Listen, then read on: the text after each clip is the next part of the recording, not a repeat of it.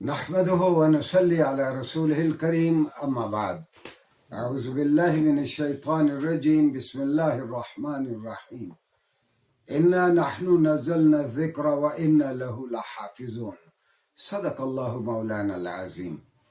اللہ نے فرمایا کہ ہم نے اس کتاب کو اتارا ہے اور ہم ہی اس کی حفاظت کریں گے۔ سامعین گرامی، رسول اللہ صلی اللہ علیہ وآلہ وسلم کے عہد میں قرآن کی حفاظت کا کس طرح اہتمام کیا گیا، آج 5 منٹ قرآن کریم کے ساتھ پروگرام میں اس کا تیسرا حصہ پیش ہے۔ میں نے آپ سے عرض کیا تھا کہ رسول اللہ صلی اللہ علیہ وسلم نے آپ 1,24,000 انبیاء میں واحد شخصیت، واحد نبی ہیں جنہوں نے اپنی وحی کو لکھوایا بھی اور لوگوں کو یاد بھی کروایا۔ گویا آپ نے 2 فولڈ اور 2 طرح کا قرآن کی حفاظت کا انتظام کیا کہ وحی کو لکھوا بھی دیتے تھے اور وحی صحابہ کو یاد کروا کے ان سے قرآن سن بھی لیتے تھے۔ اور رسول اللہ صلی اللہ علیہ وسلم کے زمانے میں میں عرض کر دوں کہ ہر قوم کے کچھ نہ کچھ امتیازات ہوتے ہیں۔ عربوں کا امتیاز یہ تھا کہ ایک عرب شاعر اگر 150 شعر کا ایک قصیدہ پڑھ دے اور سننے والا اس سے 1 مرتبہ سنے، اسے وہ پورے کے پورے شعر یاد ہو جاتے تھے۔ تو لوگوں کو یہ ایک عام عرب، عام بدو ایک بار سن کے اس کو چیزیں یاد رہ جاتی تھی۔ ہمارا تجربہ یہ ہے کہ ہم سعودیہ کے یا نجد کے صحراؤں میں پھرتے ہیں، وہاں کے بدوی لوگ آج کل بھی ایسے ہیں، ان کا حافظہ اسی طرح ہے۔ اللہ نے مختلف قوموں کو مختلف اوصاف دیے ہیں۔ البتہ علامہ قرطبی کہتے ہیں اعطیت هذه الامة الحفظ، اللہ میاں نے امت محمدیہ صلی اللہ علیہ وآلہ وسلم کو چیزوں کو یاد کرنے کی صلاحیت دی ہے۔ وَكَانَ قَبْلَهُمْ النَّاسُ يَقْرَؤُونَ كُتُبَهُمْ نَظْرًا، اور قرآن اترنے سے پہلے جتنے بھی مذاہب تھے ان میں حفاظ نہیں ہوتے تھے۔ علامہ قرطبی کہتے ہیں لوگ اپنی وحی کی کتابیں دیکھ دیکھ کے پڑھا کرتے تھے۔ ایک اور خاص چیز جس کی جانب اشارہ بہت ضروری ہے، ناظرین گرامی، سنت اللہ اور اللہ کا طریقہ یہ رہا کہ ہر قوم کے نبی کو ایسے معجزے دیے کہ جس سے لوگ عاجز آ جائیں اور اس کی مثال پیش نہ کر سکے۔ مثال کے طور پر حضرت موسیٰ علیہ السلام کے زمانے میں جادو کا بڑا رواج تھا۔ ہر گلی میں کوئی نہ کوئی نامور جادوگر رہتا تھا۔ ان کی بستیوں میں بڑے بڑے کئی جادوگر ہوتے تھے۔ تو وہ اپنی رسیوں کو پھینکتے، وہ سپولیے بن جاتے اور لوگ گھبرا جاتے۔ حضرت موسیٰ کو اللہ نے ایسا معجزہ دیا کہ آپ عصا پھینکا آپ نے، اور آپ کے عصا نے ان سارے چھوٹے چھوٹے سانپوں کو ہڑپ کر لیا۔ حضرت موسیٰ علیہ السلام کے زمانے، حضرت عیسیٰ علیہ السلام کے زمانے میں اطباء بہت اچھے تھے، فزیشین بہت اچھے تھے۔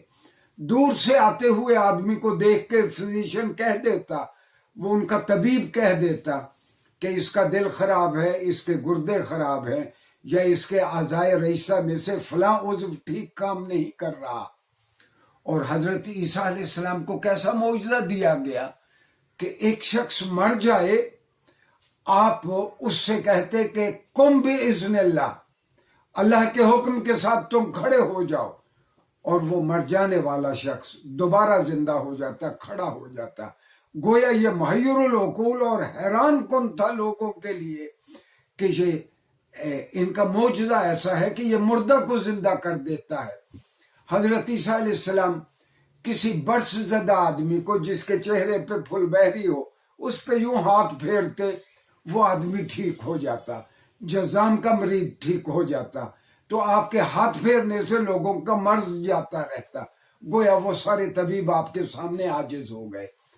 عربوں کا طریقہ یہ تھا، ہر تیسرا آدمی شاعر تھا، نہایت خوبصورت گفتگو کرتا، نہایت خوبصورت شعر کہتا، یعنی ان کی طبیعت ہی موزون تھی۔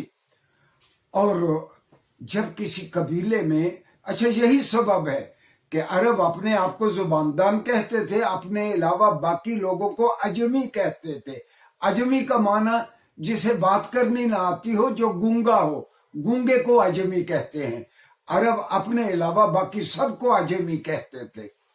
تو کسی عرب قبیلے میں اگر کوئی شاعر پیدا ہوتا تو وہ قبیلے والے جشن مناتے کہ اب ہمارے یہاں ایک ایسا شخص پیدا ہو گیا ہے جو کل ہمارے قبیلے کی عزت کی رکھوالی کرے گا۔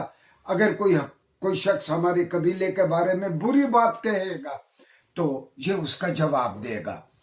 حاضرین گرامی، ناظرین، رسول اللہ صلی اللہ علیہ وسلم پہ سورہ انا اعطیناک الکوثر یعنی سورہ کوثر اتری۔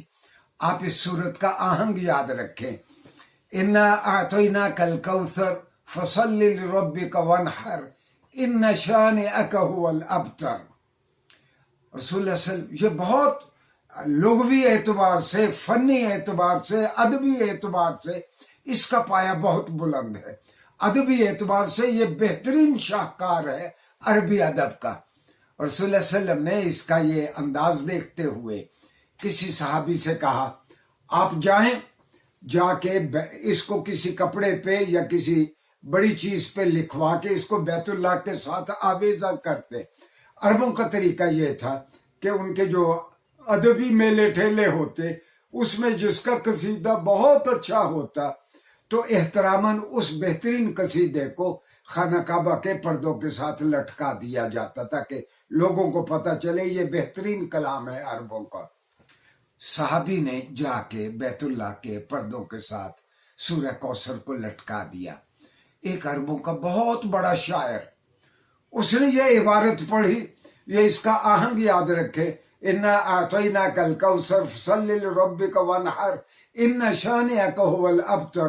اس نے ساتھ چوتھی لائن بڑھا دی، ھذا لیس بکلام البشر، یہ کسی انسان کا کلام نہیں ہو سکتا۔ رسول اللہ صلی اللہ علیہ وسلم پہ آخری وحی آپ کی وفات سے 81 دن پہلے یا 83 دن پہلے، میں بھول رہا ہوں، آخری وحی آپ پہ آپ کی وفات سے 81 دن پہلے یا 83 دن پہلے اتری۔ الیوم اکملت لکم دینکم واتممت علیکم نعمتی ورضیت لکم الاسلام دینا، یہ وحی تھی۔ اور مختلف روایات میں یہی آخری وحی بیان کی گئی ہے۔